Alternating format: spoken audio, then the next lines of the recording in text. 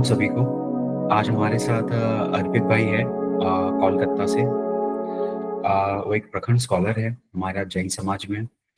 उन्होंने अपने जैन इतिहास, मूर्तियां और आइकोनोग्राफी पर काफी उन्होंने गहरा अध्ययन किया है।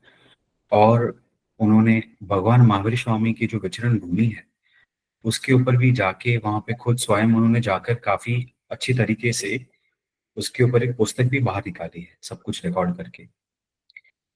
और आज जो उनका टॉपिक है, देव निर्मित स्तूपा मथुरा।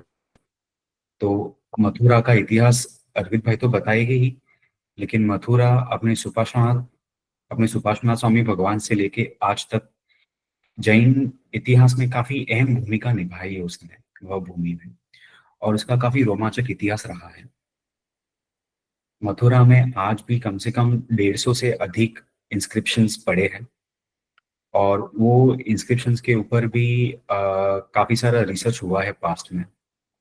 और उसके ऊपर एक मैं और भी ऐड करना चाहूंगा अर्पित भाई कि अपना LVGST संस्था जो है वो अपने मुंबई में साथे कॉलेज और जामखेडकर सर जो है उनके साथ लास्ट 3 साल से उन सारे इंस्क्रिप्शंस को संकलित करके एक काम भी चालू है, कंसोलिडेशन सारे इंस्क्रिप्शंस का। और उसका आगे जाके थोड़े समय में बुक के फॉर्म में भी प्रकाशित हम करेंगे। अद्भुत जी। और इसमें अपने जामखेडकर सर, डॉक्टर रेणुका बेन, उन्होंने भी काफी अहम भूमिका निभा रहे हैं इसमें। तो मथुरा जो काफी ऐतिहासिक भूमि है, और स्तूपा वहां पे जो काफी है प्रखंड, और देव निर्मित स्तूपा के बारे में खास करके उसके ऊपर हम अर्पित भाई से आज जानेंगे। जी अर्पित भाई। प्रणाम अभिषेक भाई। सभी को प्रणाम। LVGST और जैन टीम को का मैं बहुत आभारी हूँ कि आज इस अद्भुत विषय पे मुझे आप सभी के साथ एक जैन इतिहास के भूले बिसरे हुए पन्नों को बताने का एक मौका मिल रहा है। और ये मेरे दिल के बहुत करीब टॉपिक है। और जैसे कि अभिषेक भाई ने भी कहा कि डॉक्टर रेणुका बेन पुरवाल और जामखेड़कर सर आदि ने जो रिसर्च की है, आज उन्हीं के रिसर्च की वजह से आज हमको इतनी अद्भुत इंफॉर्मेशन प्राप्त होती है। तो ज्यादा समय ना लेते हुए इस जैन इतिहास के अद्भुत सुनहरे चैप्टर को आज हम शुरू करते हैं। तो यहाँ पे हम जैन स्तूप की बात करते हैं, और जैन स्तूप के साथ साथ जो सबसे अद्भुत जैन स्तूप था हमारे इतिहास का, जिसको हम देव निर्मित स्तूप के नाम से जानते हैं, जो मथुरा नगरी में स्थित था। तो हम यदि स्तूप की बात करते हैं तो हमें सबसे पहले क्या मन में आता है? बौद्ध धर्म याद आता है। बिकॉज हमने एक ऐसी भ्रांति बना ली है, एक ऐसी मन में धारणा बना ली है कि हमें ऐसा लगता है कि यदि स्तूप की बात करें तो मात्र और मात्र बौद्ध धर्म से रिलेटेड होगा। बिकॉज हमने स्कूल में भी जो पढ़ाई की है उसमें सांची स्तूप आदि स्तूपों के नाम आते थे, तो वो सब बौद्ध धर्म से रिलेटेड थे। और हमें कभी अपनी परंपरा में स्तूपों के इतिहास के विषय में ज्यादा जानकारी नहीं मिली है हमारी परंपरा में। इसीलिए खास करके ये टॉपिक लेने की मेरी इच्छा थी कि जिससे लोगों में अवेयरनेस स्प्रेड हो कि जैन धर्म में स्तूप का क्या महत्व है और पहले किस तरह स्तूप की आराधना पूजा अर्चना होती थी। तो जैसे मैंने यहाँ पे कहा कि इट वाज वाइडली बिलीव कि stupa worship was exclusive to Buddhism, पर यह ऐसा नहीं है। बिकॉज जैन स्तूप बौद्ध धर्म से ज्यादा प्राचीन है। हमारे प्राचीन आगमों में स्तूप को एक का नाम दिया गया है प्राकृत में थूब।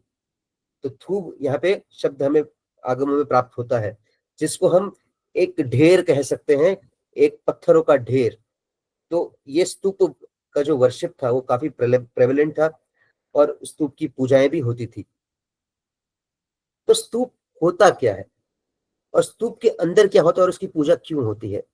तो यदि हम पटना म्यूजियम जाए ना, तो पटना म्यूजियम में एक स्तूप की रेप्लिका बनाई गई है, और उसके अंदर क्या होता है उसका एक चित्र मैंने यहाँ पे सामने रखा है।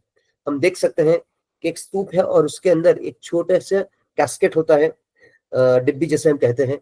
पर वो डिब्बी यूजुअली प्रेशियस मेटल्स, सोने चांदी वगैरह की होती है, जिसके अंदर रत्न जड़ित होते थे, और उसके अंदर महापुरुषों के अवशेष, तीर्थंकर परमात्माओं के अवशेष, गुरु भगवंतों के अवशेष रखे जाते थे, जिससे उसकी पवित्रता काफी काफी हद तक बढ़ जाती थी।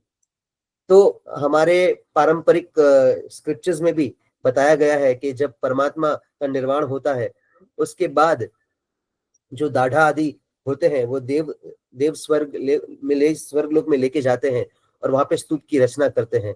तो यहाँ पे पार्श्व पंचालय पूजा की एक बहुत अच्छी पंक्ति है। थूब करे ते ऊपरे दाधादिक स्वर्गे से, भाव उद्योत गए थके दीवाड़ी करता देव, मनड़ू मोयूरे मन मोहन जी। तो यहाँ पे भी शब्द आता है थूब करे ते ऊपरे, तो उस स्थान पे देवताओं ने स्तूप यानी थूब की रचना की। तो ऐसी हमें आगमों में आदि में उल्लेख प्राप्त होते हैं। तो यदि हम आगमों की बात करें तो सबसे पहले हमें सबसे सर्वाधिक प्राचीनतम आगम जो हमारा है वो आचारांग सूत्र में भी हमें स्तूप के रेफरेंसेस प्राप्त होते हैं। स्थानांग सूत्र, भगवती सूत्र, प्रश्न व्याकरण सूत्र, और उसके बाद उपांग आगम आदि में भी जबूदी प्रज्ञप्ति सूत्र, जीवाभिगम सूत्र, आवश्यक निर्युक्ति सूत्र, चूर्णी आदि, निश्चित चूर्णी, आवश्यक चूर्णी, व्यवहार सूत्र, तो इन सभी में हमें स्तूपों के रेफरेंसेस प्राप्त होते हैं। तो एक बहुत ही स्टार्क स्टैटिस्टिक्स आपके सामने मैं रखना चाहता हूं कि एक समय में स्तूप की आराधना, स्तूप की पूजा कितनी प्रचलित थी और आज क्या परिस्थिति बन चुकी है। हम एक छोटा सा एक जैसे एग्जाम्पल के तौर पे, ये एग्जॉस्टिव लिस्ट नहीं है, काफी सिलेक्टेड लिस्ट है। तो यहाँ पे हम देख सकते हैं कि एक समय में उज्जैन में एक स्तूप था, आज एक भी नहीं है। बंगाल के बहुलारा नाम के एक गांव में 3 स्तूप थे, जैन स्तूप की मैं बात कर रहा हूँ। बहुलारा में 3 स्तूप थे, आज एक भी नहीं है। पटना में एक स्तूप था, आज एक भी नहीं है। राजगिरी में एक था, आज एक भी नहीं है। समेत शिखर पर्वत पर 20 तीर्थंकर परमात्मा के निर्वाण स्थान पर 20 स्तूप थे, आज एक भी नहीं है। नालंदा में एक स्तूप था, आज नहीं है। मथुरा में एक स्तूप था, जिसके बात करने वाले हैं देव निर्मित स्तूप की, आज नहीं है। और हस्तिनापुर में एक समय में 5 स्तूप थे और आज मात्र एक स्तूप बचा हुआ है। तो ऐसे कितने स्तूप हमारी विरासत से, हमारे इतिहास से जो चले गए हैं, आज उसकी गाथा हम कहेंगे, उसकी बारे में थोड़ा कुछ जानेंगे। जैसे मैंने कहा था कि एक समय ऐसा था कि जब समेत शिखर पर्वत पर 20 तीर्थंकर परमात्मा के निर्वाण स्थान पर 20-20 स्तूप हुआ करते थे। 16वीं शताब्दी तक इसके उल्लेख हमें प्राप्त होते हैं। आगरा के कुंवरपाल सोनपाल लोढ़ा, जो जहांगीर के कोटियर थे, जहांगीर के दरबार में काम करते थे, और वह आगरा से संघ लेके समेत शिखर तक आते हैं। और समेत शिखर में जब आते हैं तब जो गुरु भगवंत उनके साथ थे वो उसकी तीर्थमाला लिखते हैं, और तीर्थमाला में वो ऐसे स्पष्ट वर्णन करते हैं कि वहां पे कुंवरपाल सोनपाल लोढ़ा और पूरे संघ ने वहां पे स्तूप की आराधना की, पुष्प माला चढ़ाई आदि के ऐसे वर्णन हमें प्राप्त होते हैं। तो इससे एक काफी बड़ा एक प्रमाण हमें प्राप्त होता है कि 16वीं शताब्दी तक तो समेत शिखर जी में भी स्तूप थे, जो आज के दिन हमें मौजूद नहीं मिलते। और कुछ स्तूप ऐसे हैं जो दुखद परिस्थिति में अन्य धर्म के पास चले गए हैं। आज अन्य धर्मी वहां पे आराधना करते हैं, जो आज मौजूद तो है पर हमारे पास नहीं है। तो ऐसे कई एग्जाम्पल्स है, कुछ प्रमुख एग्जाम्पल्स आपके सामने मैं बताना चाहता हूँ। जैसे वैशाली में श्री मुनीश्वर स्वामी भगवान का एक स्तूप था, जो आज एक बौद्ध स्तूप बन चुका है, वैशाली बिहार में है। फिर संप्रति महाराजा द्वारा कुणाल स्तूप, जो अपने पिताजी के याद में उन्होंने बनाया था, जो तक्षशिला पाकिस्तान में है, वो आज मौजूद है, पर वो आज हमारे हाथ में नहीं है, क्योंकि उसे भी बौद्ध स्तूप माना जाता है।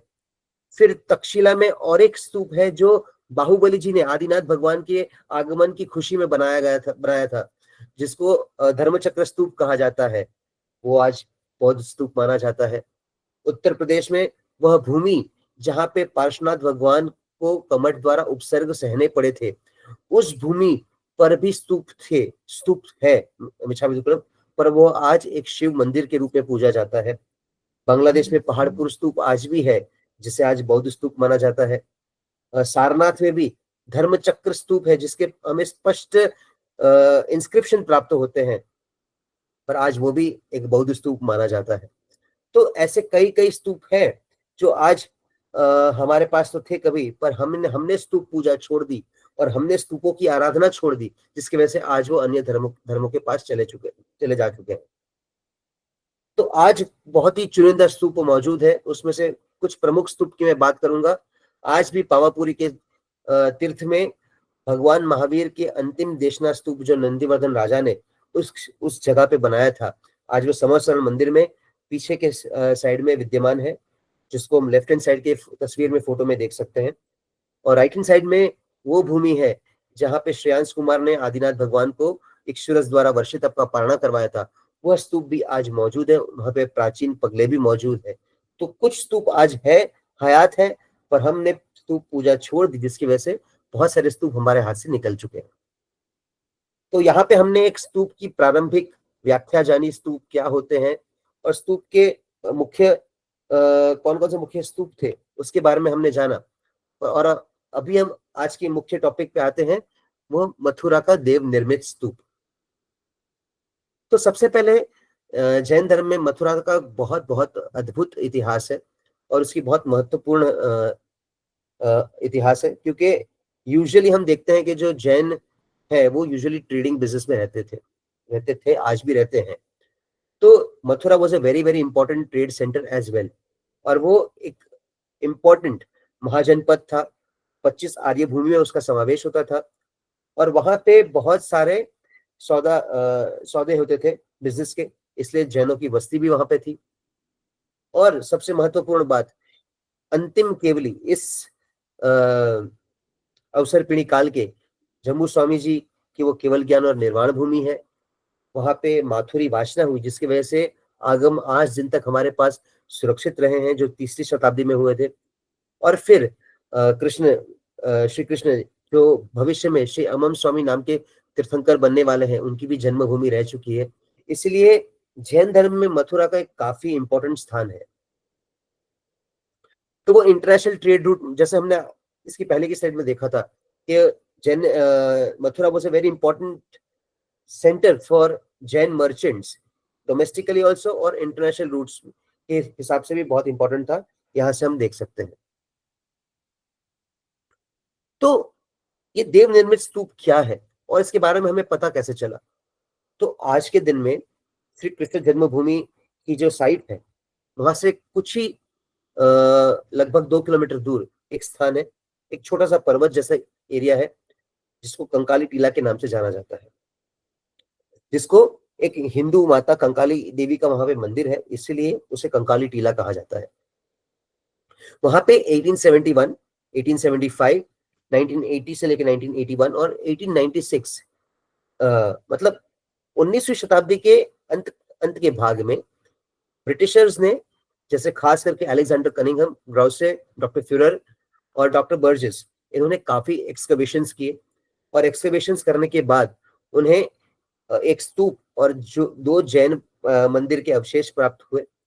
और उसकी जो ईंटें हैं वो लगभग लगभग पार्श्वनाथ परमात्मा के समय की, यानी 8th सेंचुरी बीसी के समय की थी, और 800 से ज्यादा जैन प्रमाण प्राप्त हुए। इसके पहले एक ऐसी मान्यता थी कि जैन धर्म एक बौद्ध धर्म की शाखा है, पर जब ये आर्टिफैक्ट्स, ये इतिहास जब ब्रिटिशर्स को प्राप्त हुआ, तब उन्होंने एक जैन धर्म को स्वतंत्र धर्म के रूप से जानना शुरू किया और इसे देव निर्मित स्तूप कहा जाता है, यानी एक देव द्वारा निर्मित था, इसलिए इसे देव निर्मित स्तूप कहा जाता है। और आज के दिन भी ये स्तूप हयात नहीं है, पर इसके जितने भी स्कल्पचर्स है वो बहुत सारे म्यूजियम्स में आज भी हमें प्राप्त होते हैं, और मुख्यत्व लखनऊ म्यूजियम और मथुरा म्यूजियम में मैक्सिमम स्कल्पचर्स आज भी प्रिजर्व्ड है। तो यहाँ पे हम एक तस्वीर देख सकते हैं कि जब उत्खनन हो रहा था उस भूमि का, तब क्या नजारा था और कैसे उस समय ब्रिटिशर्स ने उत्खनन किया था। आगे बढ़ते हैं। तो ये उत्खनन होने से पहले भी हमारा इतिहास इस स्तूप के बारे में बताता था, और बहुत सारे ऐसे ग्रंथ थे जो इस स्तूप के बारे में हमें विस्तार से बताते थे, जैसे ओघ निर्युक्ति सूत्र, फिर निशित चूर्णी, व्यवहार सूत्र, बृहत कल्प सूत्र, दिगंबराचार्य हरिसेन द्वारा रचित कथा कोश, यष्टिचिलक चंपू, तीर्थमाला संगम सूरी जी की, ऐसे प्रभाविक चरित्र, हीर स्वभाव काव्य, ऐसे कई कई ग्रंथ थे जिसमें हमें इस स्तूप के उल्लेख के बारे में पता तो था, पर वो स्तूप कहाँ था, कैसा था, वो हमें पता नहीं था 19वीं शताब्दी के अंत तक, क्योंकि उस समय तक उसके उत्खनन नहीं हुए थे। तो हम बार-बार ये शब्द कहते हैं देव निर्मित स्तूप, देव निर्मित स्तूप। तो ये देव निर्मित स्तूप क्या है और क्यों है?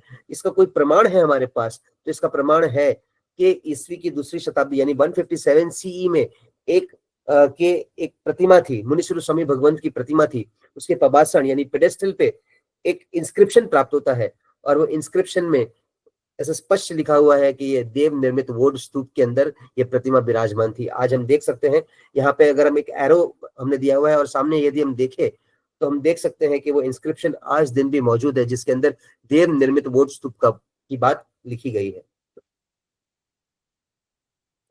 तो ये स्तूप बना कैसे, इसकी अलग अलग दो कथाएं हमें प्राप्त होती है। एक कथा हमें प्राप्त होती है व्यवहार सूत्र में और दूसरी कथा हमें प्राप्त होती है विविध तीर्थ कल्प से। तो व्यवहार सूत्र, व्यवहार चूर्णी जो मलाईगिरी जी की जो टीका है उसमें हमें एक कथा प्राप्त होती है कि क्षपक नाम के एक मुनि थे। वो मथुरा में एक बहुत अद्भुत साधना कर रहे थे और उनकी साधना को देखकर वहां की जो अधिष्ठायिका थी वो बहुत प्रसन्न हो गई। इसलिए वहां पे उन्होंने रत्न जड़ित एक स्तूप का निर्माण करवाया। उन्होंने स्तूप का निर्माण तो करवा दिया, पर उस समय अन्य धर्मियों ने भी उस स्तूप पे कब्जा करना शुरू कर दिया और तब जैन संघ वहां के राजा के पास गया और उन्होंने कहा कि ये तो गलत है, ये हमारा स्तूप है। तो राजा ने कहा कि इसका प्रमाण तो देवी ही देगी। तो उस जैन संघ ने आराधना की, साधना की और देवी को प्रसन्न किया। देवी को कहा कि आप जैन धर्म की रक्षा करो और तब देवी ने एक टेस्ट करने के लिए कहा। उन्होंने कहा कि आप अगले दिन सुबह देखो और सबको बुलाओ और यदि इस स्तूप के ऊपर जो ध्वजा है वह ध्वजा अगर लाल रंग की हो तो वो किसी अन्य धर्म का हुआ और अ, अगर वो ध्वजा लाल रंग की हो तो अन्य धर्म का हुआ और ध्वजा अगर श्वेत रंग की हो तो वो जैन धर्म का हुआ। तो उस समय राजा के लोगों ने रात को वो ध्वज लाल कर दिया, लाल ध्वज चढ़ा दिया और अगले दिन सुबह देवी के प्रभाव से वहां पे श्वेत ध्वज लहराया दिखा और जैन धर्म का विजय हुआ। तो ये हमें व्यवहार चूड़ी मलाईगिरी जी की जो टीका है उसमें ये कथा प्राप्त होती है। पर इसकी और विशेष कथा हमें विविध तीर्थकल्प में प्राप्त होती है जो आचार्य श्री जिन प्रभु सुरेश्वर जी महाराजा द्वारा 14वीं शताब्दी में रचित है। तो इसकी बहुत विस्तार से कथा कही गई है कि सुपार्श्वनाथ भगवान का समय था और सुपार्श्वनाथ भगवान के समय में दो साधु धर्मघोष जी और धर्मरुचि जी वो आते हैं और मथुरा के एक उद्यान में ध्यान साधना करते हैं, 4 महीने के उपवास करते हैं और फिर वहां पे जो वहां की जो अधिष्ठायिका थी कुबेरा वो प्रसन्न होती है और वो प्रसन्न होकर कहती है कि हे गुरु भगवंत आप वरदान मांगिए, आप जो मांगेगी मैं देने के लिए तैयार हूँ। तो वो साधु थे, जैन साधु थे, अपरिग्रही थे, इसलिए उन्होंने कोई भी वरदान मांगने से इनकार कर दिया और फिर उन्होंने उस देवी को प्रतिबोध किया, उस प्रतिबोध करके उसे जैन धर्मी बनाया। वो देवी इतनी प्रसन्न हुई कि देवी कहती है कि हे गुरु भगवंत आप इसी स्थान पे आजीवन रहिए और मुझे धर्म सुनाइए, धर्म समझाइए। पर गुरु भगवंत कहते हैं कि हमारे आचार के विरुद्ध है, चातुर्मास था इसलिए हमने यहाँ पे रुक कर साधना की, चातुर्मास शेष होने के बाद हमें विहार करना होगा। ये जानकर देवी बहुत दुखी होती है, पर फिर भी देवी ने बहुत हट करके, बहुत विनती करके गुरु भगवंत को कहा कि आप मुझे जैन धर्म की सेवा करने का एक मौका दीजिए। तब गुरु भगवंतों ने कहा कि हमने तो अपनी विद्या के द्वारा, हमने अपनी विद्या और साधना के द्वारा तो हमने मेरू पर्वत की यात्रा की है, पर हमारा जो जैन संघ है आप अपनी विद्या के द्वारा पूरे समस्त जैन संघ को मेरू पर्वत की यात्रा करवाइए। तब देवी ने कहा मेरे लिए ये तो पॉसिबल नहीं है, ये शक्य नहीं है, पर मैं आपके लिए एक ऑल्टरनेटिव कर सकती हूँ। उन्होंने रातों रात मेरू जैसा एक अद्भुत स्तूप, सुवर्णमय स्तूप जिसके अंदर रत्न जड़ित थे, वैसे स्तूप की रचना की और पूरे जैन संघ को दर्शन करवाए जैसे साक्षात मेरू पर्वत मथुरा में आ चुका हो। इस अद्भुत स्तूप को देखकर अन्य धर्मी प्रभावित हुए और उन्होंने भी अपना अपना कब्जा जमाना शुरू कर दिया और तब देवी ने एक संकेत दिया कि सारे जितने भी धर्मी है सब अपने अपने धर्म का पट पट यानी एक स्लैब, स्टोन का स्लैब लेके खड़े रहे। हवा के द्वारा जो भी स्लैब रुक जाएगा, अटक जाएगा, वही धर्म की विजय होगी, बाकी सब धर्म को इस स्तूप के साथ कोई संबंध नहीं होगा। इसीलिए सभी धर्म ने अपने अपने इष्ट देव के स्लैब्स बनाए और स्लैब्स बना के सब खड़े रहे, और एक बहुत बड़ा तूफान आया और अंत में मात्र सुपार्श्वनाथ भगवान का जो पट्ट था, जिसे हम एक पत्थर का एक स्लैब कहते हैं, वो पट्ट रह गया और बाकी सारे पट्ट उड़ गए। और तब से आयग पट्ट बनने की परंपरा शुरू हुई, जो आगे जाके मथुरा में बहुत प्रचलित हुई। आयग पट्ट यानी एक स्टोन स्लैब जिसके अंदर तीर्थंकर परमात्मा और वैसे विशेष अंकन किए जाते थे, जैसे त्रिरत्न, जैसे अष्टमंगल, वैसे रचना उस आयग पट्ट के अंदर की जाती थी। तो वैसे सुपार्श्वनाथ भगवान का जो पट्ट था वो कायम रहा और बाकी सारे धर्मों के पट्ट उड़ गए, इसलिए वह स्तूप जैन धर्म का रहा। आगे चल के तो यहाँ पे हम तस्वीर देख सकते हैं कि आयग पट्ट कैसा होता था। यहाँ पे मैंने एक तस्वीर दी है। तो वो जो सुवर्णमय स्तूप था वो पार्श्वनाथ भगवान के समय तक रहा, पर पार्श्वनाथ भगवान के समय में जब विचरण हुआ, तब जो अधिष्ठायिका देवी थी उसके मन में ऐसा विचार आया कि आगे जाके समय बहुत बुरा आने वाला है और लोगों की नजर, लोगों की दृष्टि इस स्तूप के विषय में खराब ना हो, इसलिए उस समय देवी ने ये पूरे स्तूप को ईंटों द्वारा आच्छादित कर दिया। इसीलिए ऐसा माना जाता है कि आज भी जो स्तूप के अवशेष प्राप्त हुए थे उसके अंदर कहीं ना कहीं सुवर्णमय स्तूप मौजूद था। तो एक छोटा सा टाइमलाइन के द्वारा हम समझने का प्रयास करेंगे कि ये देव निर्मित स्तूप की टाइमलाइन क्या थी। तो सुपार्श्वनाथ भगवान के समय में ऐसा माना जाता है कि स्तूप का निर्माण हुआ। पार्श्वनाथ भगवान का पदार्पण 8th सेंचुरी BC में हुआ। उसके बाद हम देख सकते हैं कि शुंग काल शुरू हुआ 2री शताब्दी के बाद, फिर क्षत्रप काल, कुषाण काल। ये सब काल की मैं इसलिए बात कर रहा हूँ, ये सब जो राजाओं के काल थे उस समय के हमें अवशेष प्राप्त होते हैं और आगे जाके उन अवशेषों पे हम विशेष चर्चा करेंगे। तो क्षत्रप काल के बाद कुषाण काल के बाद 3री शताब्दी में स्कंदिलाचार्य द्वारा आगम की वाचना होती है। उसके बाद गुप्त काल शुरू होता है, फिर मध्यकाल के बाद 8वीं शताब्दी में आचार्य श्री बप्पा भट्ट सुरेश्वर जी महाराज द्वारा इस स्तूप का जीर्णोद्धार होता है। उसके बाद मध्यकाल के बाद इसका पतन होना शुरू होता है और 10वीं शताब्दी में महमूद गजनवी द्वारा यहाँ पे अटैक होता है। उसके बाद 12वीं शताब्दी तक जीर्णोद्धार होते रहते हैं, पर 12वीं शताब्दी तक का अंतिम जो इंस्क्रिप्शन है, हमें लास्ट इंस्क्रिप्शन इसका 12वीं शताब्दी का प्राप्त होता है। उसके बाद यह स्तूप का ध्वंस हो जाता है और उसके बाद 15वीं शताब्दी में सिकंदर लोधी, औरंगजेब, नादिर शाह, अहमद शाह अब्दाली ने बार बार आक्रमण करते रहे, जिसकी वजह से जो बचे खुचे अवशेष भी थे वो सब हमारे हाथ से चले गए। तो ये स्तूप दिखने में कैसा था, इसका एक आर्टिस्टिक इंप्रेशन यहाँ पे दिया गया है। आप पूछेंगे कि आपको कैसे पता चला कि ये स्तूप ऐसा दिखता था, तो इसके भी हमें प्रमाण आगे मैं उसके बारे में भी चर्चा करूंगा। तो यहाँ पे हम देख सकते हैं कि स्तूप का स्ट्रक्चर कैसा था। उसके दोनों तरफ स्तंभ थे।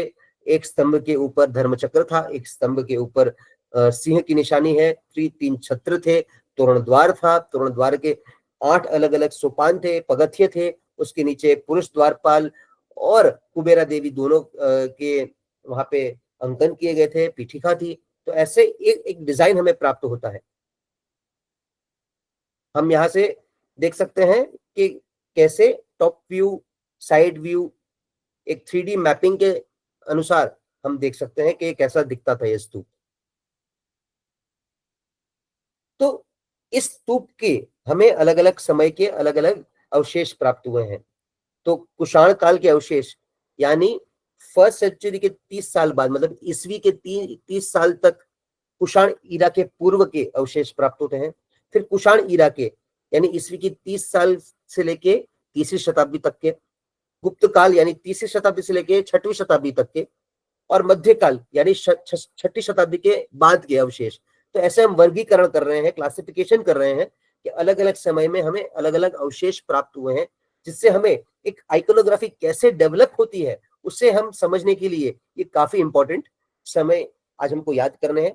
कि सबसे पहले कुषाण ईरा के पूर्व का समय, यानी एक जिसको हम कॉमन भाषा में कह सकते हैं 1st सेंचुरी के पहले का समय, कुषाण काल यानी 1st सेंचुरी से लेकर 3rd सेंचुरी तक, गुप्त काल 3rd से लेकर 6th सेंचुरी, और मिडिवल यानी मध्यकाल 6ठी शताब्दी के बाद का समय। तो हम सबसे पहले कुषाण काल के पहले के जो अवशेष थे वह जानने का प्रयास करेंगे। तो उस समय जो अवशेष हमें प्राप्त हुए हैं उसमें स्वतंत्र प्रतिमाएं प्राप्त नहीं होती। उस समय हमें मात्र दो चीज प्राप्त होती है, एक होते हैं स्तूप के चित्रण और दूसरे आयग्यपट। तो जो स्तूप के चित्रण थे वहां पे हम स्पष्ट रूप से देख सकते हैं कि लोग स्तूप की पूजा कर रहे हैं, लोग हाथ जोड़ के स्तूप के सामने नमन कर रहे हैं, स्तूप के ऊपर हार मालाएं चढ़ा रहे हैं। ऐसे हमें चित्र देखने को मिलते हैं, ऐसे हमें कार्विंग्स देखने को मिलते हैं।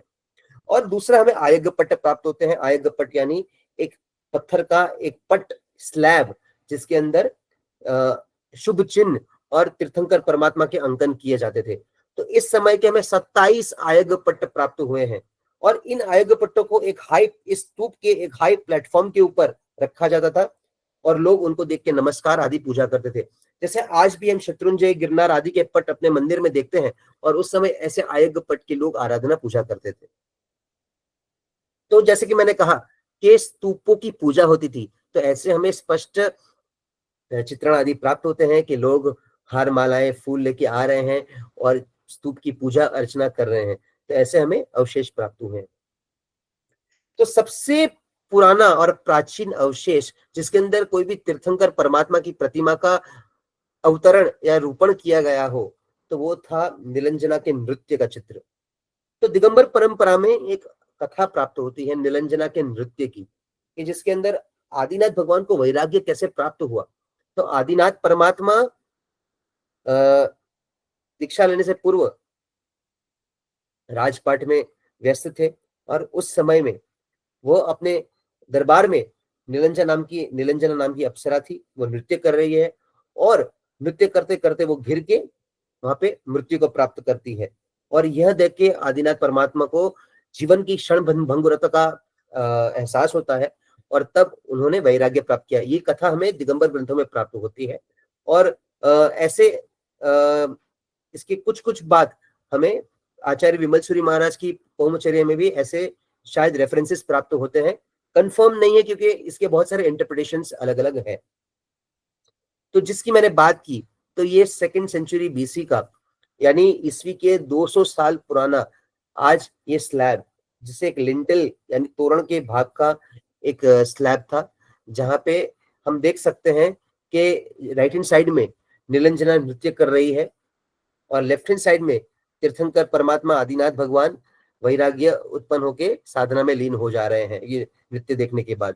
तो ये डांस ऑफ नीलांजना यानी नीलांजना के मृत्यु का जो नृत्य का जो स्लैब है, ये 2री शताब्दी पूर्व का स्लैब, ये सबसे प्राचीन ऐसा अवशेष है जो हमें तीर्थंकर परमात्मा की आकृति के रूप में दिखाता है। यह आज भी लखनऊ म्यूजियम में विद्यमान है। यदि हम कभी भी लखनऊ जाए तो ये म्यूजियम में अवश्य इस स्लैब के दर्शन करें। फिर हमें आयग्यपट एक प्राप्त होता है जो शिवायशा नाम की श्राविका का था। तो यहाँ पे एक ये टूटा हुआ आयग्यपट है, पर इस टूटे हुए आयग्यपट में भी हम देख सकते हैं कि ये स्तूप उस समय में कैसा दिखता था। तो हम देख सकते हैं कि तोरण द्वार थे, दोनों साइड में शाल भंजिका थी, बीच में स्तूप का भाग हमें दिख रहा है, नीचे रेलिंग्स वगैरह हम देख सकते हैं। तो ये 1st सेंचुरी का ये आयग्यपट है जो शिवायशा नाम की श्राविका ने भरवाया था और वो फागु यश नाम के एक नर्तक थे, उसकी श्राविका थी। और इसके अंदर हम स्तूप देख सकते हैं और इसकी प्रदक्षिणा पथ को भी देख सकते हैं, दोनों तरफ के हम पिलर्स भी देख सकते हैं। तो और दोनों तरफ शाल भंजिका भी देख सकते हैं। तो शाल भंजिका एक यक्षी थी जो फर्टिलिटी और नरिशमेंट को सिंबलाइज करती थी, तो वो काफी फेमस थी उस समय के चित्रणों में। फिर उसके बाद और एक आयग्यपट हमें प्राप्त होता है शिव घोषका का, जो शिव घोषका की श्राविका थी, उन्होंने ये ईस्वी के 15 साल बाद इसको भरवाया था। और इसका खास वर्णन इसलिए कर रहा हूं क्योंकि जो क्षत्रप काल था, क्षत्रप काल में सुदास नाम के एक राजा थे, उसके नाम वहां पे अंकन किया गया है, इसलिए हम उसको डेट कर सकते हैं कि वो कौन से समय का ये आयग्यपट था। और इसके अंदर पार्श्वनाथ भगवान, फण युक्त पार्श्वनाथ भगवान, आप इस चित्र को देख सकते हैं सामने, फण युक्त पार्श्वनाथ भगवान बीच में विराजमान है और दोनों तरफ 2 साधु भगवंत जो मात्र लंगोटधारी है, तो वो मात्र एक लंगोट का वस्त्र धारण किए हुए हैं, वो परमात्मा की आराधना कर रहे हैं। और वह और बीच में पार्श्वनाथ भगवान। यहाँ पे एक छोटा सा शिलालेख भी है जो नमो अरिहंताणम के नाम से शुरू होता है, और ये भी बताया गया है कि ये शिव घोषिका का श्राविका द्वारा निर्मित था। यहाँ पे हम जो बीच में देखेंगे तो पार्श्वनाथ भगवान और दो साधु भगवंत है, पर उसके चारों तरफ जो हम देख रहे हैं वो एक सिंबल है जिसे त्रिरत्न का सिंबल कहा जाता था। त्रिरत्न यानी दर्शन, ज्ञान और चारित्र को सिंबलाइज करने वाला जो सिंबल था, वो हम देखेंगे कि बहुत सारे आयग्यपट में देखने को मिलता है। उसके बाद सिंह नादिका का आयग्यपट हमें प्राप्त होता है, जो एक वणिक जाति के थे। वणिक जाति के सिंह का और कौशिकी के पुत्र थे सिंह नादिका, और उसमें भी बीच में अरिहंत परमात्मा है। और उसके चारों तरफ हम देखेंगे तो अष्टमंगल, अलग अलग अष्टमंगल के सिंबल्स है। यदि हम देखें तो यहाँ पे हम देख सकते हैं कि अलग अलग प्रकार के अष्टमंगल थे। यदि मेरा माउस का पॉइंटर यदि आपको दिखे तो अलग अलग अष्टमंगल के सिंबल्स यहाँ पे छोटे छोटे दिख रहे हैं। बीच में अरिहंत परमात्मा है और उसके भी चारों तरफ वापस त्रिरत्न के सिंबल्स बनाए गए हैं। तो यहाँ पे जो पिलर्स बनाए गए हैं ये काफी इंटरेस्टिंग है, बिकॉज ये हकमानी शैली यानी पर्शियन ईरानियन शैली के हकमानी स्टाइल के बने हुए हैं। तो उस समय ग्रेको पर्शियन इन्फ्लुएंस कितना था वो हम उसके आर्ट में देख सकते हैं। तो यह भी ईस्वी की पहली शताब्दी का आयग्यपट है। फिर उसके बाद एक बहुत सुंदर आयग्यपट प्राप्त होते हैं। इसके नीचे एक इंस्क्रिप्शन था, पर वो पूरा पूरा अभी दिख नहीं रहा है, इसलिए किसने इसका निर्माण करवाया ये हमें पता नहीं चलता।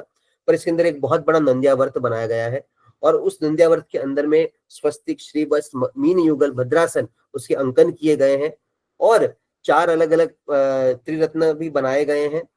बीच में अरिहंत प्रभु का भी चित्रण किया गया है। नीचे मीन युगल के नीचे भी यदि हम देखें तो तीर्थंकर परमात्मा की आवृत्ति दर्शाई गई है। इसलिए ये काफी अद्भुत अंकन हमें प्राप्त होता है। उसके बाद वासु का आयग्यपट प्राप्त होता है। जैसे हमने कहा कि हमें कैसे पता ये स्तूप कैसा दिखता था, तो ये वासु के आयग्यपट से प्राप्त होता है। ये वासु का जो आयग्यपट था, जो गणिका, लोण शुभिका नाम की गणिका थी, वो गणिका की पुत्री थी वासु, उसने निर्माण करवाया था। और उसके अंदर ये संपूर्ण आयग्यपट के अंदर हमें स्तूप कैसा दिखता था उसका एक संपूर्ण चित्रण हमें प्राप्त होता है। जैसे हमने वो आर्टिस्ट इंप्रेशन में जैसे देखा था कि नीचे कुबेरा देवी है, क्षेत्रपाल देव है, 8 अलग अलग सोपाने चढ़ने के लिए, स्तूप के दोनों तरफ शाल भंजिका है, तोरण है, ऊपर में 3 छत्र है ऐसे, और दोनों तरफ पिलर्स है। ये हमें इस स्तूप में देखने को प्राप्त होता है, और इस आयग्यपट के द्वारा हमें प्राप्त होता है कि ये स्तूप कैसा दिखता था।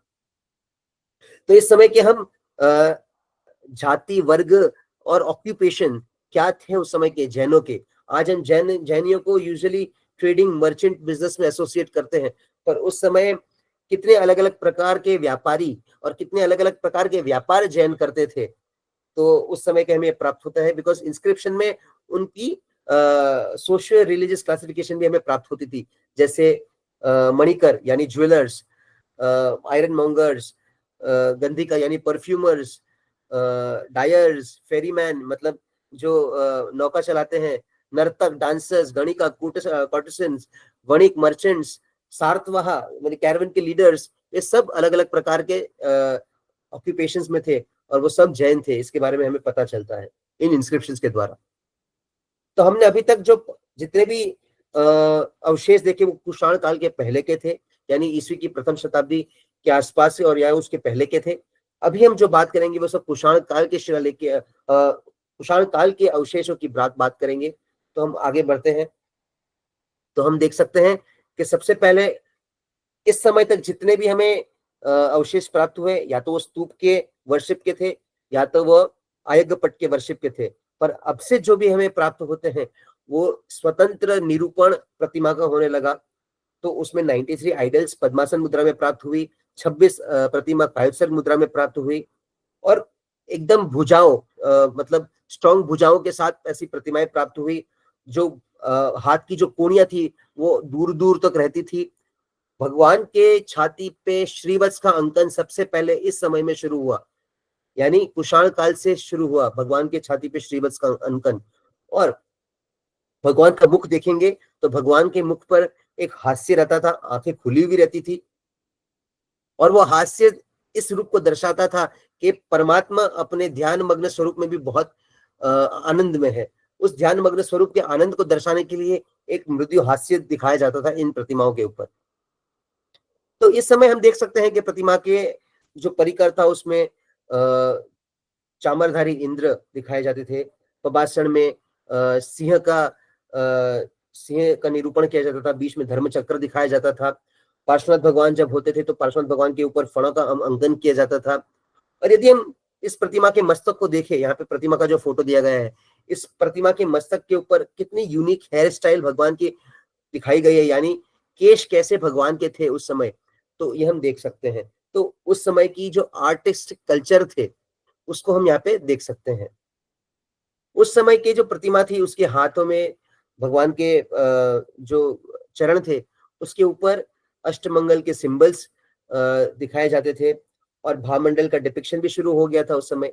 तो भगवान के पीछे भावमंडल रहता था, भावमंडल के ऊपर कमल आग के बहुत सुंदर आकार रहते थे। तो ये उस समय के कुछ कुछ खासियत थे प्रतिमाओं की। जो कायस्थ प्रतिमा थी वो सब नग्न सलिंग दिखाई जाती थी, पर जो पद्मासन प्रतिमा थी उसमें लिंग का अंकन नहीं किया जाता था। और यहाँ पे बहुत अद्भुत बात यह है कि ये वह नग्न प्रतिमा थी, या तो काउत्सर मुद्रा में थी या फिर पद्मासन मुद्रा में थी। उनपे कोई भी वस्त्र का अंकन नहीं किया जाता था, बट वो सारी प्रतिमाएं श्वेतांबर परंपरा से थी, क्योंकि उसके अंदर जो नाम, शिलालेख के अंदर जो हमें नाम प्राप्त होते हैं वो गुरु भगवंतों के नाम, कुल, गण, शाखा, ये सारे के सारे श्वेतांबर कल्प सूत्र में आज भी हमें प्राप्त होते हैं। कल्प सूत्र की पट्टावली, नंदी सूत्र की पट्टावली, उसके अंदर हमें इन सब गुरु भगवंतों के नाम, उनके कुल, गण, शाखा के नाम हमें प्राप्त होते हैं। और इनके जो शिलालेख थे उसके अंदर कुषाण काल के जो राजा थे, जैसे कनिष्क, भुविष्क, वासुदेव, इन सब के नाम ब्राह्मी लिपि में प्राप्त होते हैं। इसीलिए ये काफी हिस्टोरिकली इंपॉर्टेंट बन जाता है।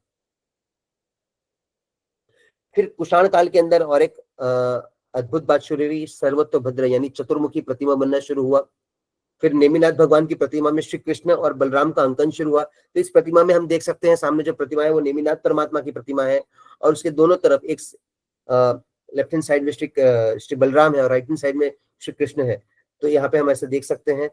फिर यहाँ पे एक ऐसा प्रतिमा प्राप्त हुई जिसके अंदर जो पबासण है, पेडिस्टल है, उस पेडिस्टल पे लिखा गया है कि उस आराधक ने एक महीने के मासक श्रमण की आराधना की थी, और उस मासक श्रमण की आराधना के निमित्त में उसने ये प्रतिमा का निर्माण करवाया। तो ऐसे भी हमें अंकन प्राप्त होते हैं। फिर ऐसे विद्याधर साधुओं के हमें निरूपण प्राप्त होते हैं जो अपनी विद्या के द्वारा, आकाशगामिनी विद्या के द्वारा आकाश में उड़ रहे हैं, ऐसे भी हमें अंकन प्राप्त होते हैं। तो मैंने कहा था कि इस समय की जो सबसे खास बात थी कि इस समय में श्रीवत्स का अंकन प्रारंभ हुआ। तो भगवान की छाती पे यदि आज हम श्रीवत्स देखें तो एक काजू कतली आकार का हम देख सकते हैं, पर उस समय की बहुत खास बात थी कि उस समय श्रीवत्स एक प्रकार के नहीं थे, बहुत अलग अलग प्रकार के थे। और जो आज हम काजू कतली आकार का श्रीवत्स देखते हैं वो उस समय प्रचलित नहीं था। तो यहाँ पे हम राइट हैंड साइड में देख सकते हैं कि श्रीवत्स कैसे अलग अलग प्रकार के डिजाइन में बनाया जाता था। पर ये श्रीवत्स होता क्या है? तो श्रीवत्स यानी, श्रीवत्स को दो भाग में तोड़ेंगे इस शब्द को। तो श्री यानी श्रीदेवी यानी लक्ष्मी, और वत्स यानी छाती। तो जिनके हृदय में, जिनकी छाती में ऐसी मोक्ष रूपी लक्ष्मी का वास हो चुका है, वैसे श्रीवत्स का निरूपण किया जाता था। और वो छाती के जो रोम वर्त थे उसको डिपिक्ट करने की एक परंपरा थी। तो परमात्मा के हृदय में, उनके जो हृदय में जो ज्ञान रूपी लक्ष्मी है, मोक्ष रूपी लक्ष्मी है, उसको डिपिक्ट करने के लिए श्रीवत्स का अंकन किया जाता था। आगम ग्रंथ जैसे औपपातिक सूत्र और रायपसणी सूत्र में भी श्रीवत्स के बारे में हमें जानने मिलता है कि श्रीवत्स क्या होता है। तो जैसे कि मैंने कहा कि कुषाण काल में सर्वत्र भद्र प्रतिमा यानी चतुर्मुखी प्रतिमा बनना शुरू हो गया था। तो उसकी एग्जाम्पल्स हम यहाँ पे देख सकते हैं कि कैसी चतुर्मुखी प्रतिमा उस समय बनती थी। पार्श्वनाथ भगवान को सर्प फण के साथ डिपिक्ट किया जाता था और 7 फण के साथ डिपिक्ट किया जाता था। तो यहाँ पे हम देख सकते हैं कि 7 फण कैसे यहाँ पे दिखाए गए हैं। फिर अलग अलग प्रकार की प्रतिमाएं हम यहाँ पे देख सकते हैं कि कैसी प्रतिमाएं बनती थी।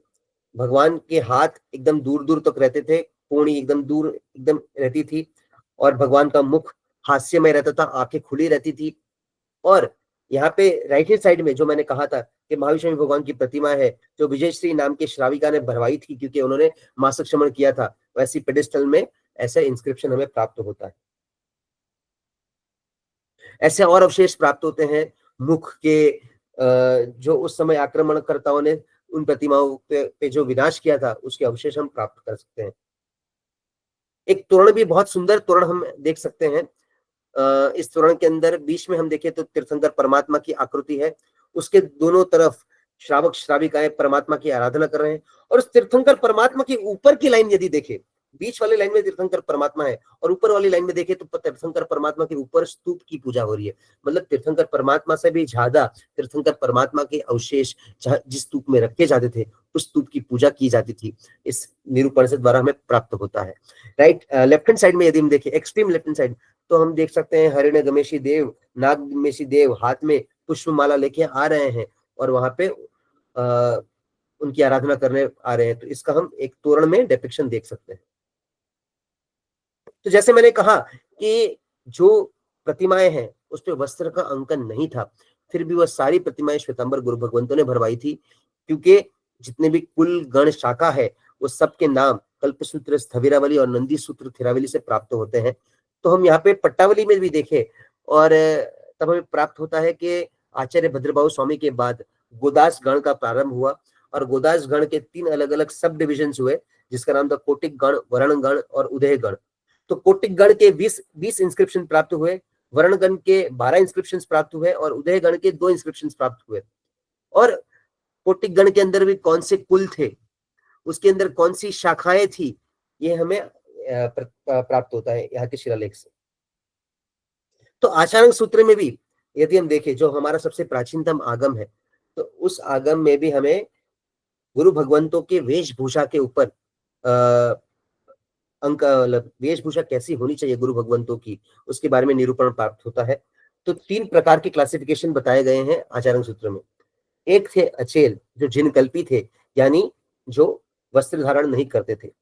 फिर एक प्रकार के मुनि होते थे जो एक सटाक होते थे, यानी एक वस्त्र धारण करते, मात्र एक वस्त्र धारण करते थे।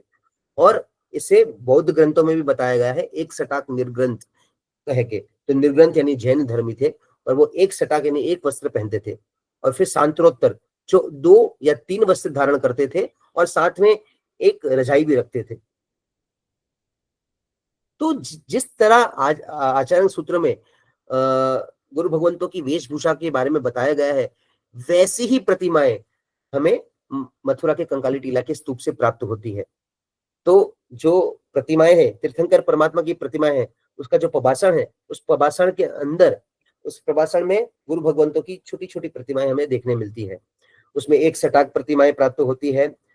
और उन गुरु भगवंत क्या क्या उपकरण का उपयोग करते थे, यानी रजोहरण, मुहपत्ती, पात्र, झोली, इन सब के बारे में पता चलता है। तो जो एक वस्त्र भी धारण करते थे पर इन सब उपकरण साथ में रखते थे। तो यहाँ पे हम एक पैनल देख सकते हैं जो कुषाण काल से पहले का पैनल है, यानी 2nd सेंचुरी बीसी का ये पैनल है। यहाँ पे हम देख सकते हैं 2 गुरु भगवंत है।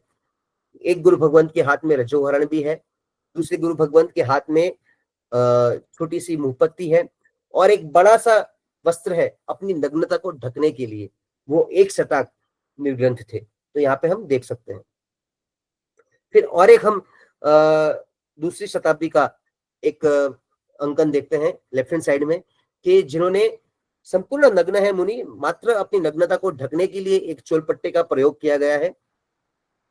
फिर राइट हैंड साइड में जो हम देखें तो ऊपर में बीच में स्तूप का निरूपण किया गया है, उसके राइट हैंड साइड में पार्श्वनाथ भगवान आदि तीर्थंकर परमात्मा दिखाए गए हैं और उसके नीचे आर्य कान्ह नाम के गुरु भगवंत, उनके हाथ में रजोहरण भी है, चोलपट्ट द्वारा नग्नता को ढका भी गया है और उसके बाएं तरफ में विद्या देवी का भी दर्शन किया जा सकता है। तो ये 3री शताब्दी का ये प्राचीन स्कल्पचर है। और एक यहाँ पे 1ली शताब्दी का हमें एक स्कल्पचर प्राप्त होता है, प्राचीन प्रतिमाएं हैं और उसके नीचे हम देख सकते हैं कि प्रतिमा के नीचे जो प्रभाषण है वहां पे नीचे एक गुरु भगवंत है, साधु भगवंत है जो नग्न है, कोई भी वस्त्र को धारण नहीं किए हुए हैं, पर उनके हाथ में झोली है, झोली के अंदर पात्र है। और हम यदि लेफ्ट हैंड साइड में देखें तो लेफ्ट हैंड साइड में एक श्राविका है, जिनके हाथ में वो गोचरी उड़ाने के लिए आ रही है। तो ये निरूपण हम यहाँ पे देख सकते हैं। तो जैन मुनि के अलग अलग प्रकार के अंकन किए जाते थे। तो संपूर्ण वस्त्रधारी भी मुनि भगवंत के यहाँ पे लेफ्ट हैंड साइड में जो चित्रण किया गया है दूसरी शताब्दी का, तो संपूर्ण वस्त्रधारी साधु भगवंत भी थे। फिर बीच के जो हम फोटो को देखें तो उसके अंदर एक सटाक यानी एक वस्त्रधारी गुरु भगवंत थे, जो आकाशगामी विद्या के द्वारा आकाश में गमन कर रहे हैं, ऐसा भी हमें चित्र देखने मिलता है। और एक दूसरी शताब्दी का बहुत ही इंटरेस्टिंग स्कल्पचर है, जिसे हम देख सकते हैं कि बहुत सारे साधु भगवंत हैं जो मात्र अपने एक ही वस्त्र धारण किए हुए हैं, यानी एक चोलपट के द्वारा अपनी नग्नता को ढके हुए हैं। पर लेफ्ट हैंड साइड में जो सबसे पहले मुनि भगवंत वहां है, वो सबसे संपूर्ण वस्त्रधारी है। तो एक संघ के अंदर जितने भी साधु भगवंत थे, यहाँ पे हम देख सकते हैं, एक सेकंड, आप मेरे माउस के पॉइंटर को देखेंगे तो ये संपूर्ण वस्त्रधारी साधु भगवंत, और यहाँ पे राइट हैंड साइड में देखेंगे तो मात्र एक चोलपट्टधारी साधु भगवंत के यहाँ पे हम निरूपण किया गया है। ये दूसरी शताब्दी का स्कल्पचर है। आगे बढ़ते हैं। और एक बहुत महत्वपूर्ण प्रमाण प्राप्त होता है हिरण्यगमेशी देव यानी नागमेश देव का, कि आज हमें आचरण सूत्र में भी एक कथानक प्राप्त होता है कि देवानंदा माता की कुक्षी से गर्भ धारण करके हिरण्यगमेशी देव ने त्रिशला माता की कुक्षी में महाशिव भगवान को पधराया था। तो इस कथानक का आर्कियोलॉजिकल प्रमाण हमें यहाँ से भी प्राप्त होता है। तो गर्भहरण का जो दृश्य है वो यहाँ पे दिखाया गया है और नागमेशी देव को भी बताया गया है।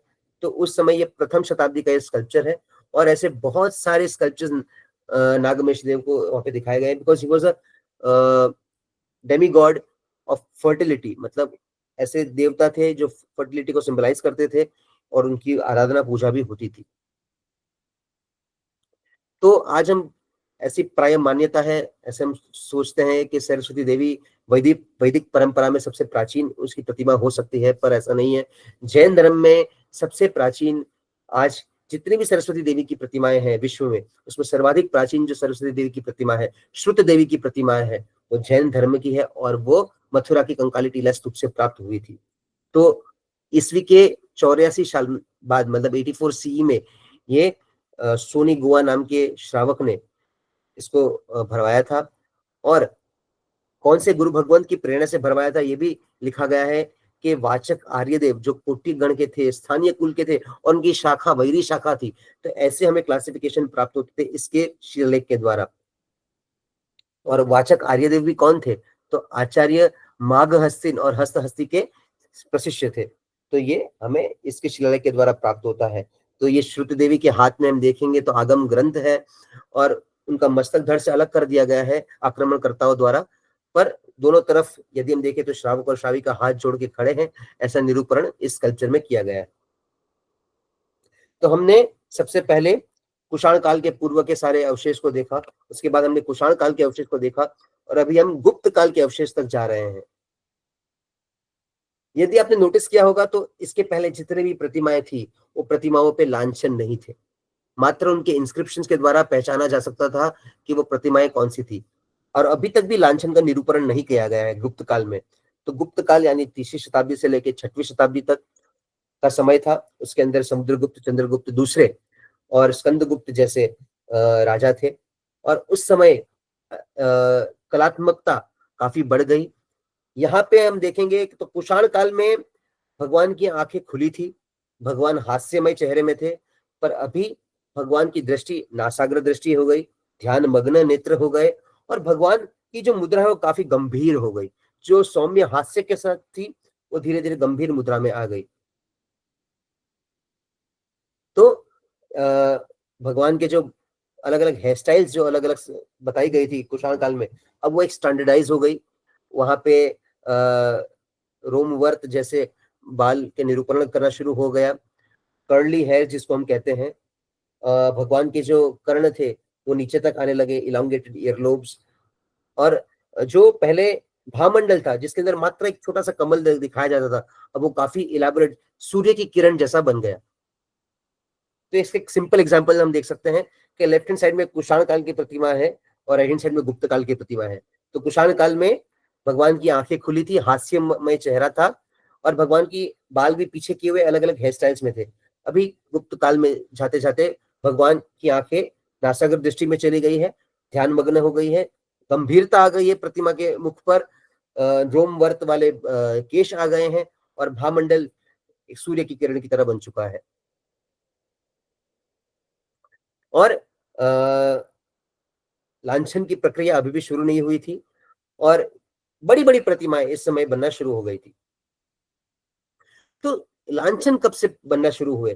तो जो डॉक्टर यूपी शाह नाम के एक स्कॉलर थे, उन्होंने बहुत ही अद्भुत बात बताई है कि राजगीर की जो जगह है, बिहार की राजगीर, वहां पे वैभारगिरी नाम का पर्वत है और इस वैभारगिरी पर्वत पर आज के दिन भी एक जीर्ण हालत में जैन मंदिर स्थित है और उस जैन मंदिर के अंदर प्राचीन प्रतिमाएं बिखरी पड़ी हुई है।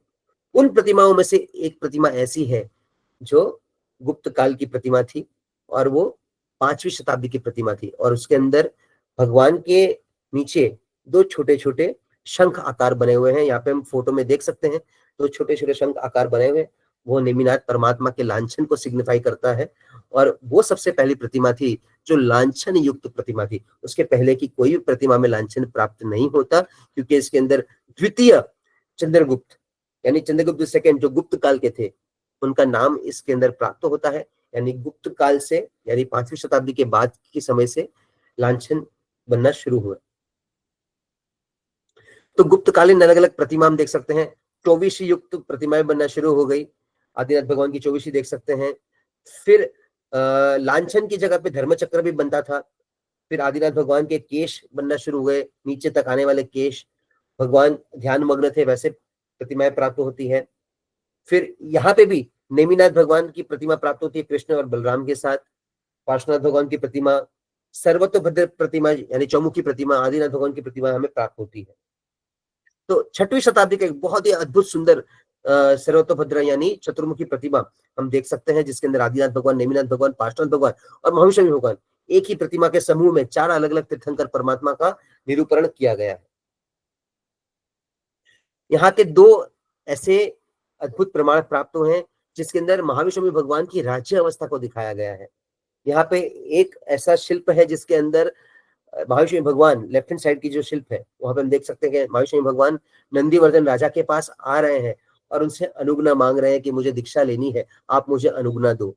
और राइट हैंड साइड में हम देख सकते हैं कि भगवान महावीर राज्य अवस्था में है, सर पे मुकुट है और वो ध्यान मग्न बैठे हुए हैं और तब नीचे की तरफ देखेंगे तो लोकांतिक देव आ रहे हैं हाथ जोड़कर और उनसे विनती कर रहे हैं कि हे महाविष्णु परमात्मा आप दीक्षा लो। और यहाँ पे नंदीवर्धन राजा और एक स्त्री का भी निरूपण किया गया है। तो ये थे गुप्तकालीन अवशेष और अब हम आते हैं मध्यकालीन अवशेष पे। तो 9वीं शताब्दी से लेके 12वीं शताब्दी का जो पीरियड था उसे हम मध्यकाल कहते हैं और उसके अंदर अब हम देखेंगे तो परिकर काफी इलेबोरेट हो चुका है, अष्ट प्रातिहार्य बनने शुरू हो चुके हैं जिसके अंदर सिंह, हाथी, प्रासाद देवी, धर्मचक्र और अधिष्ठायक देव देवियों का अंकन होना।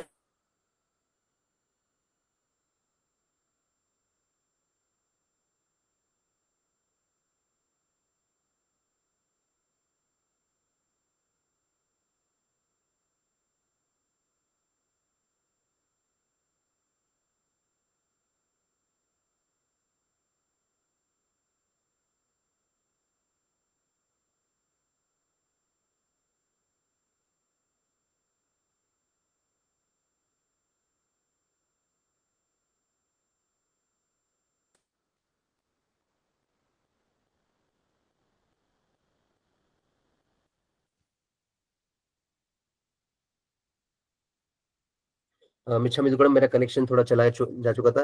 I hope I am audible. हाँ अर्पित भाई। हाँ, तो मध्यकाल में हम देखें तो काफी अलग अलग प्रकार के आइकोनोग्राफिक चेंजेस हमें देखने मिलते हैं। तो सबसे पहले जैसे मैंने कहा श्रीवत्स का जो डिजाइन था वो चेंज होके काजू कतली आकार में बन चेंज हो चुका है। फिर यहाँ पे सेकंड राइट से सेकंड प्रतिमा को देखें तो शासन देव देवी का अंकन होना शुरू हो चुका है और 9वीं शताब्दी की पहली प्रतिमा प्राप्त हुई है कंकाली टीला से, जिसके अंदर लांछन का निरूपण किया गया है। यानी गुप्त काल में लांछन बनने तो शुरू हो चुके थे, पर मथुरा के अंदर ये कला 9वीं शताब्दी के बाद की प्राप्त होती है। यहां से हम देख सकते हैं जो एक्सट्रीम राइट प्रतिमा है उसके ऊपर लांछन दिखाया गया है, जो नेमिनाथ भगवान का शंख आकार बनाया गया है। फिर और अलग अलग प्रतिमाएं प्राप्त होती है। आदिनाथ भगवान की 24वीं, पार्श्वनाथ भगवान की 8वीं शताब्दी की प्रतिमा, फिर और खड़गासन मुद्रा में भी प्रतिमा। और इस समय तक दिगंबर श्वेतांबर के भेद भी शुरू हो चुके थे, इसलिए उस समय से स्पष्ट दिगंबर प्रतिमाएं भी बनना शुरू हो चुकी थी, जो दिगंबर गुरु भगवंतों के द्वारा वहां पे स्थापित की गई थी। तो उस समय की चौमुख प्रतिमा कैसी होती थी, इसमें हम देख सकते हैं कि इसके अंदर एक ब्राह्मी लिपि में एक बहुत इंस्क्रिप्शन हमें प्राप्त हुआ है, जो जिसको हम गुप्त ब्राह्मी या लेट ब्राह्मी भी कहते हैं। ऐसा शिलालेख के साथ ये सर्वतोभद्र प्राप्त हुआ है। यहाँ की एक बहुत इंटरेस्टिंग प्रतिमा है। हम जब मूल संघ की बात करते हैं तो हमें दिगंबर संप्रदाय याद आता है, पर यहाँ पे एक प्रतिमा हमें प्राप्त हुई है 10वीं 11वीं शताब्दी की प्रतिमाएं। 3 अलग अलग प्रतिमाएं हैं जो 5-5 फीट ऊंची प्रतिमाएं हैं, और उसके अंदर जो शिलालेख है उसके अंदर श्वेतांबर मूल संघ लिखा गया है, श्वेतांबर माथुर संघ लिखा गया है। ऐसी 3 अलग अलग प्रतिमाएं भी हमें प्राप्त हुई है। और इस समय से इंडिपेंडेंटली देवी देवताओं की पूजा शुरू हो चुकी थी, तो उनकी भी प्रतिमाएं अलग अलग बननी शुरू हो गई, जैसे चक्रेश्वरी देवी, क्षेत्रपाल देवी, अंबिका देवी, अलग अलग देवियों की भी स्थापना होना शुरू हो चुकी थी। तो हम इवोल्यूशन यहाँ पे देख रहे हैं। हमने शुरुआत की थी कुषाण काल के पहले की। हम देख सकते हैं एक्सट्रीम लेफ्ट में कि कुषाण काल के पहले का जो समय था वहां पे मात्र स्तूप की पूजा होती थी और आयग्यपट की पूजा होती थी। उसके बाद स्वतंत्र प्रतिमाएं बननी शुरू हुई, और वो भी कैसी, हम देख सकते हैं कि जिनकी एक कोई स्पेसिफिक मापदंड नहीं था। भगवान की आंख खुली होती थी, हास्य में चेहरा था, एल्बोज अलग अलग दूर रहते थे और काफी गैप रहता था दोनों हाथों के बीच में, तो ऐसी प्रतिमाएं बनती थी। उसके बाद गुप्त काल में आ गए, जब हम देख सकते हैं गुप्त काल प्रतिमाएं। गुप्त काल में हम देख सकते हैं कि प्रतिमाएं ध्यान मग्न बनने लगी। उसके बाद मध्यकाल, तो हम अलग अलग समय में कैसे आइकनोग्राफी डेवलप होती है वो हमने देखा। तो सर्वतोभद्र भी कैसे बनने लगे, सबसे पहले कुषाण काल के सर्वतोभद्र यानी चौमुख प्रतिमा देखे, फिर गुप्त काल के सर्वतोभद्र देखे, और फिर मध्यकाल के सर्वतोभद्र देखे। तो ये सब संदर्भ ग्रंथ है। मैं 1 घंटे के छोटे से सेशन में इतना बड़ा इतिहास कवर करना पॉसिबल नहीं, इसलिए मैं सबसे रिक्वेस्ट करूंगा कि इसका एक स्क्रीनशॉट ले लें और इन सारे ग्रंथों का अध्ययन करें, जिसमें काफी अमूल्य आपको ज्ञान प्राप्त होगा इस विषय पर।